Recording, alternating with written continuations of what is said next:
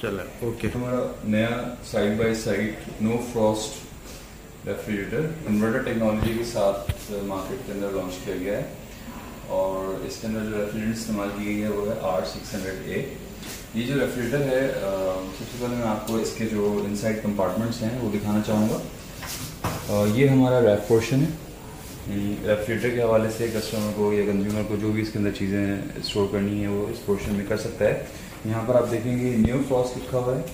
New Frost technology ये वो first time no Frost के अंदर डॉलन्स लॉन्च कर रहा है और इस टेक्नोलॉजी का जो पर्पज़ है वो ये कि जो हमारे old no frost models market के अंदर हैं उसमें फ्रीज़र साइड से एक डक्ट ओपन होती है और उसकी कूलिंग फिर रैक के अंदर जो है वो डिस्ट्रीब्यूट होती है।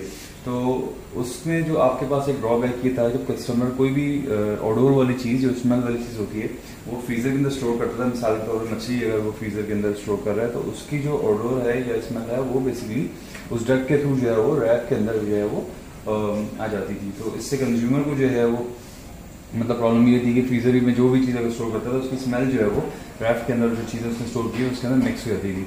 तो न्यू फ्रॉस्ट टेक्नोलॉजी जो है फर्स्ट टाइम डॉलन्स लॉन्च की है और इसके अंदर रेफ्रिजरेटर और फ्रीज़र दोनों के लिए जो है वो आपके और फ्रीज़र यानी इन दोनों के लिए जो है आपके पास जो एवापोरेटर्स हैं वो सेपरेट हैं, जिसकी वजह से इसमें फिजिकल कोई डक नहीं है जो फ्रीज़र से ओपन होगी और रैक में कूलिंग करेगी, बल्कि दोनों के लिए अलग एवापोरेटर्स दिए हैं ताकि रैक के लिए अलग कूलिंग है और आपके पास जो फ्रीज़र है उस साइड पे जो है वो सेपरेट कूलिंग है।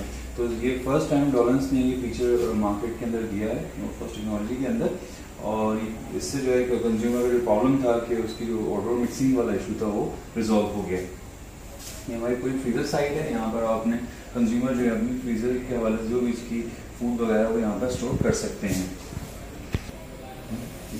सबसे पहले मैं आपको इसके जो फीचर्स और उसके ऊपर जो बटन्स दिए हैं और डिस्प्ले है उसके हवाले से गाइड कर दूँ।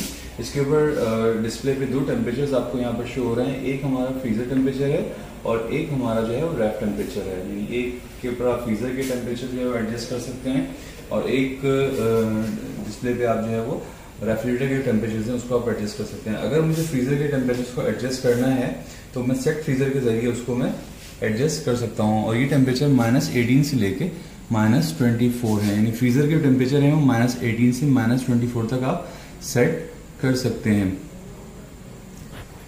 इसी तरह अगर आपको रैफ के लिए टेम्परेचर एडजस्ट करना है तो रैफ के लिए मैं 8 मिसाल के तौर पे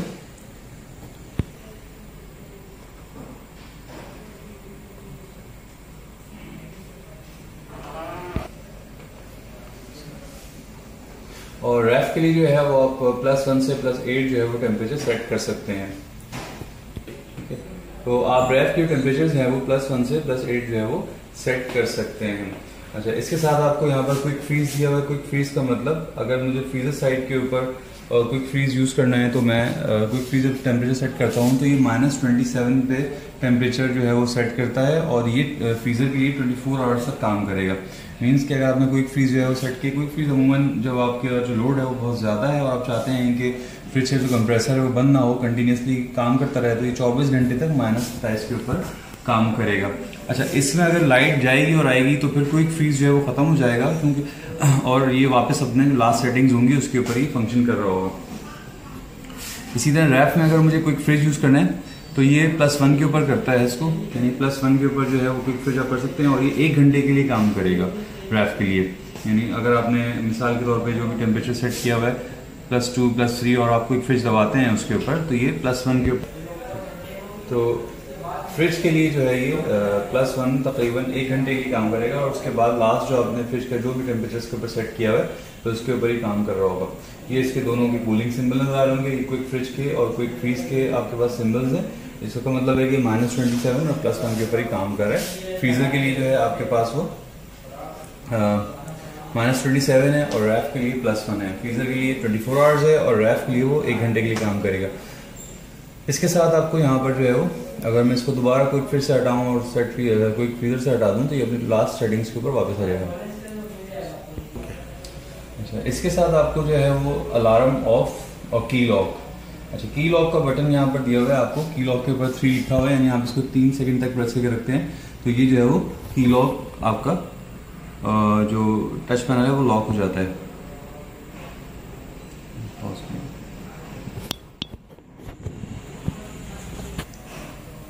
वो की लॉक, इट मीन्स कि आपकी जो सेटिंग्स हैं वो की लॉक हुई नहीं है और इसके ऊपर कोई टच है वो काम नहीं कर रहा आपका। और अगर मुझे इसको अनलॉक करना है तो दोबारा मैं इसको 3 सेकंड तक प्रेस करूँगा तो ये जो है ये अनलॉक आपका हो जाएगा। अच्छा, यहाँ पर इसके बाद आपको इको फजी और हॉलीडे। इको फजी को अगर आप वन टाइम इसको प्रेस करते हैं इको फजी को, और ये जो इको फजी और हॉलीडे का बटन है वन टाइम टच करेंगे तो इको फजी का फंक्शन एक्टिव होगा। इको फजी का मतलब ये है कि आपने अपने रेफ्रिजरेटर की जो भी सेटिंग्स की हुई हैं, तो यहाँ पर आप देखिए क्लॉक नज़र आ रही है आपको, तो कुछ अर्से चलने के बाद ये इसको एनर्जी सेविंग मोड के ऊपर कन्वर्ट कर देगा। और इसका जो एनर्जी सेविंग मोड है वो -18 का टेम्परेचर है फ्रीजर के लिए, और रैफ के लिए वो +8 है आफ्टर सम टाइम। और अगेन अगर आपको इस फंक्शन को इनएक्टिव करना है तो आप इको फजी के दोबारा बटन वन टाइम टच करेंगे तो आपका इको फजी का फंक्शन जो है वो ऑफ हो जाएगा। अगर आपने हॉलीडे का फंक्शन यूज़ करना है, हॉलीडे या वेकेशन मोड, तो इसके लिए आपको इको फजी का जो बटन है इको फजी हॉलीडे का, उसको 3 सेकंड तक प्रेस करके रखना है। तो यहाँ पर आपको ये हॉलीडे या वेकेशन मोड का सिंबल नजर आएगा। हॉलीडे का फंक्शन उस वक्त इस्तेमाल किया जाता है कि जब आपको जो है वो घर से बाहर हफ्ता 10 दिन के लिए जाना है और आप चाहते हैं कि आपका डेली के जो यूज़ के सामान है वो रैफ में ना रखें बल्कि वो फ्रीजर में स्टोर करें, तो आपके पास रैफ का टेम्परेचर जो है वो यहाँ पर शो नहीं करेगा। इट मीन्स कि रैफ के पोर्शन में कूलिंग नहीं होगी, क्योंकि आप रैफ में वो सामान रखते हैं जो आप डेली इस्तेमाल करते हैं। क्योंकि आपने ऑलरेडी इसको इंस्ट्रक्शन दिए हैं कि ये हॉलीडे मोड में काम करे, तो हॉलीडे मोड के अंदर जो है ये रैफ के अंदर कूलिंग नहीं करेगा, बल्कि आपकी कूलिंग जो है वो सिर्फ फ्रीजर के अंदर हो रही होगी। और अगर आपको इसको इनएक्टिव करना है तो दोबारा आप इसको 3 सेकंड तक इको फजी और हॉलीडे के फंक्शन जो बटन है उसको टच करके रखेंगे तो ये फंक्शन जो है वो इनएक्टिव हो जाएगा। यहाँ पर आपको जो लाइट्स दी हुई हैं इसके अंदर हाई टेम्परेचर और ओपन डोर। इट मीन्स कि अगर ये आपका डोर जो है वो 1 मिनट तक ओपन रहता है तो जो लाइट है मेरी ये रेड हो जाएगी।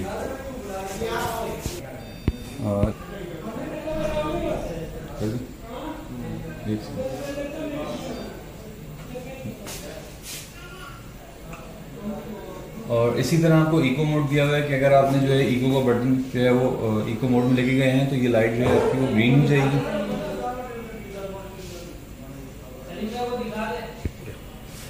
और अगर आपने हॉलीडे मोड सेलेक्ट किया हुआ है तो आपकी जो लाइट है वो येलो इंडिकेशन शो कर रही होगी। ठीक है, ये लाइट जो है वो आपकी येलो हो गई। तो ये जो आपको मुख्तलिफ किस्म की लाइट्स यहाँ पर इंडिकेट की गई हैं और उनके फंक्शन हैं, लाइट इसी के अकॉर्डिंगली जो है वो बिहेव कर रही होगी जो आपके फीचर्स हैं। और ये फ्रिज जो है हमारा वो 91 सेंटीमीटर वाइड है।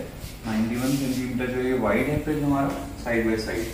तो ये इसके जो है वो फ्रिज के ऊपर फीचर्स हैं जो मैंने आपको ब्रीफ किए हैं और ये मार्केट के अंदर जो है अवेलेबल है।